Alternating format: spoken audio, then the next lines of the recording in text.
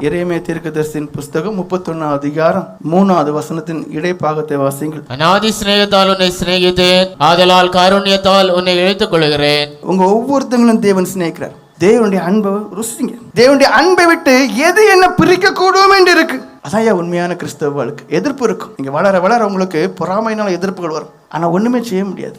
ஏன் தெரியுமா?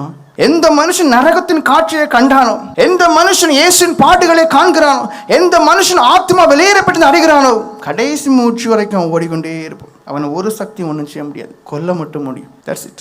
But that's the beginning for Christian life. அநாதி சிநேகத்தால் உன்னை சிநேகித்தேன். ஒவ்வொருவரையும் தேவன் சிநேகிக்கிறார். ஆதலால் காருண்யத்தால் உன்னை இழுத்துக் கொள்ளார். அவர் பக்கமா இழுக்க நீங்க எந்த தகுதியுமே கிடையாது. பாவ மனுஷர்கள், பிசாசுக்கு தங்களை விட்டு போட்டவர்கள்.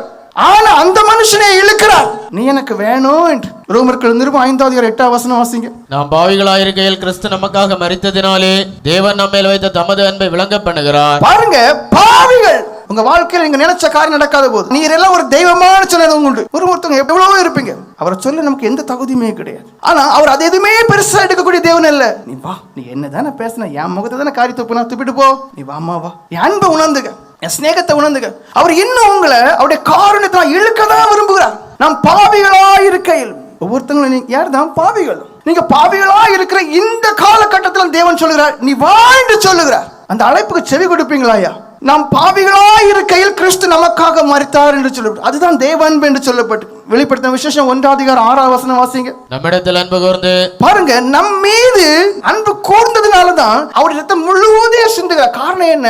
உங்களுடைய சரீரம் ரத்தத்தினால கழுவப்படுது. ஏன்னா அந்த ரத்தத்தினால தான் ஒரு மனுஷன் நீதிமானாக்க முடியும். இல்லைன்னா நீதிமானாக வாழ முடியாது, பரிசுத்தவானா வாழ முடியாது. அந்த ரத்தம் கொஞ்சம் வரைக்கும் குறைஞ்சிடக்கூடாது.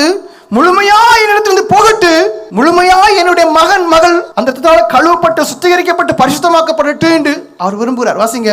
நம்மிடத்தில் அன்பு கூர்ந்து தமது இரத்தத்தினாலே நம்முடைய பாவங்களார நம்மை கழுவி தம்முடைய பிதாவாகிய தேவனுக்கு முன்பாக நம்மை ராஜாக்களும் ஆசாரியர்களும் ஆக்கின அவருக்கு மகிமையும் வல்லமையும் என்றென்னைக்கு உண்டாயிருப்பதாக. நீங்க ராஜாக்களா?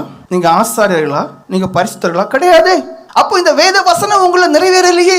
பாவம் செய்கிறவன் பிசாசுனா உண்டாயிருக்கிறான். வேதம் சொல்லுது. நீ கிறிஸ்தவன் சொல்லலாம், ஆராதனைக்கு போகலாம், பணங்களை கொடுக்கலாம், என்ன பண்ணிட்டு போங்க.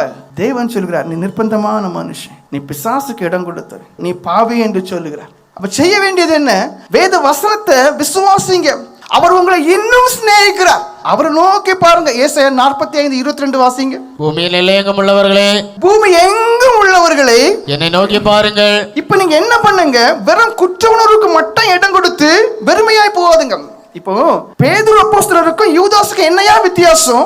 அவங்க ரெண்டு இடத்துக்குள்ளமே கில்ட் கான்ஷியன்ஸ் இருந்துச்சு, குற்ற மனசாட்சி இருந்துச்சு. ஆனா யூதாஸ் என்ன பண்ண?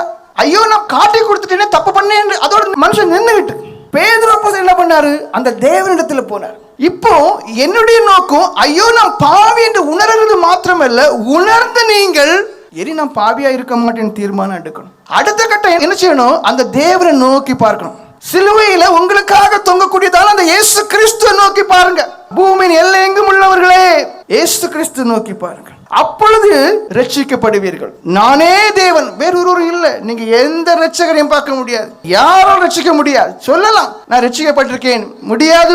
தேவ சமூகத்தில் சாட்சியா சொல்லுவேன், அவனை இன்னைக்கு நாளைக்கு அவனுடைய கெட்ட சிந்தனை மறுபடியும் வீழ்த்தும். அநேக ஜனங்கள் தன்னோட சிந்தனையை அவங்களால ஃபேஸ் பண்ண முடியாதனால பிஸியா தங்கள் வாழ்க்கை அமைச்சுக்கிறாங்க. ரட்சகர்கிட்ட ஒரு விடுதலை இருக்கு, சமாதானம், சந்தோஷம், ஆறுதல், பரிசுத்த ஜீவியம். நீங்க செய்ய வேண்டியதெல்லாம் அவரை நோக்கி பார்க்கணும்.